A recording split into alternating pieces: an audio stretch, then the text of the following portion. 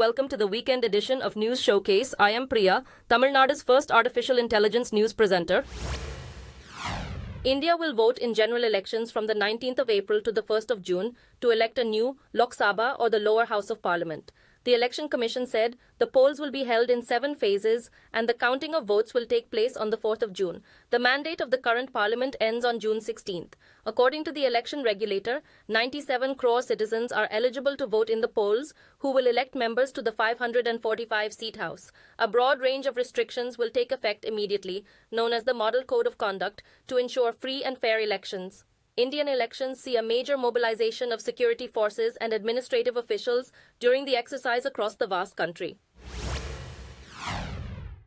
The daughter of former Telangana Chief Minister K. Chandrasekhara Rao appeared in a court in Delhi in an investigation linked to the liquor policy case. K. Kavita, who is a member of Legislative Council, was arrested after Enforcement Directorate officials raided her home in Hyderabad on Friday. She described her arrest as illegal and vowed to fight back. The leader, who belongs to the Bharat Rashtra Samiti, was given immunity from questioning by the Supreme Court until Wednesday. Her petition challenging the summons issued by the agency in the case was heard on Friday. The subsequent hearing is scheduled for Tuesday. Her brother K.T. Rama Rao, who is a former minister, said her arrest was abuse of power to settle political disagreements. Delhi Chief Minister Arvind Kejriwal has been granted bail by Delhi's Rouse Avenue Court. The leader of the Aam Aadmi Party had faced arrest for failing to appear before the probe agency in connection with the alleged Delhi excise policy scam. The court's decision came after the Enforcement Directorate, which is investigating the case, informed the court that he had ignored 8 summons issued under the Prevention of Money Laundering Act related to the case. Reports say Kejriwal is not required to attend the upcoming hearing in person on April 1st, despite the agency saying there was no provision for a virtual hearing.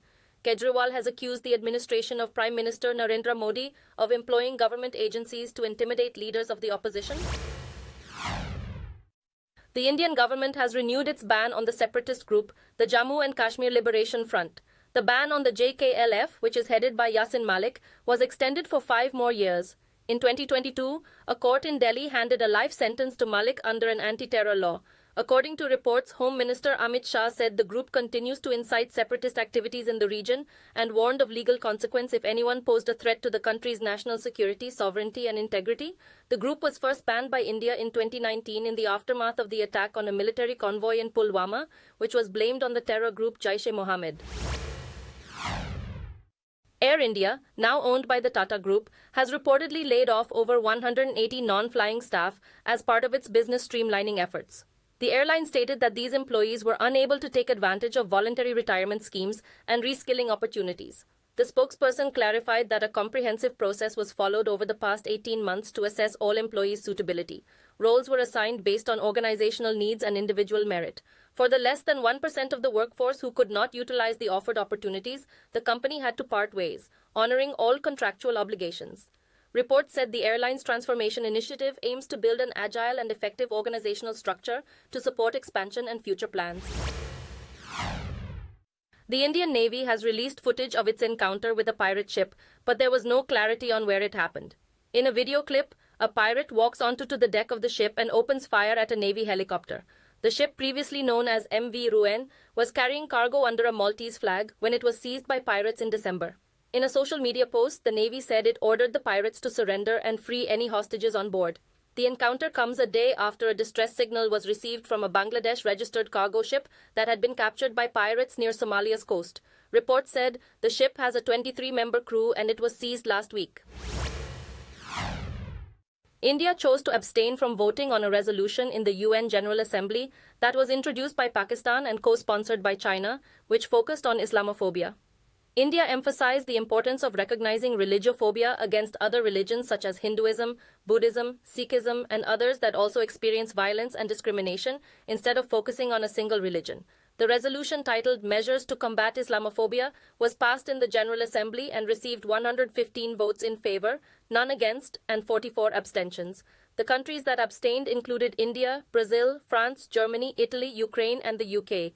India's permanent representative to the UN expressed condemnation of all acts driven by religion and stressed the importance of recognizing such phobias. The Spanish vessel Open Arms has completed a significant humanitarian mission to Gaza, unloading 200 tons of food onto the shores of the enclave. This critical aid is desperately needed, as the United Nations warns that Gaza is teetering on the edge of famine. The operation is a trial to assess the effectiveness of sea deliveries, given the challenges faced with air and land transportation. World Central Kitchen, in collaboration with the United Arab Emirates, organized the vital mission. The barge carried essential supplies such as rice, flour, legumes, canned vegetables, and proteins, aiming to alleviate the humanitarian crisis in Gaza. If this maritime operation proves successful, more humanitarian vessels are expected to join in as part of a global initiative. Separately, the United States is preparing to construct its own floating dock near the coastline to enhance sea-based deliveries. On the first day of voting in the Russian presidential elections, several individuals have been arrested for vandalizing polling stations.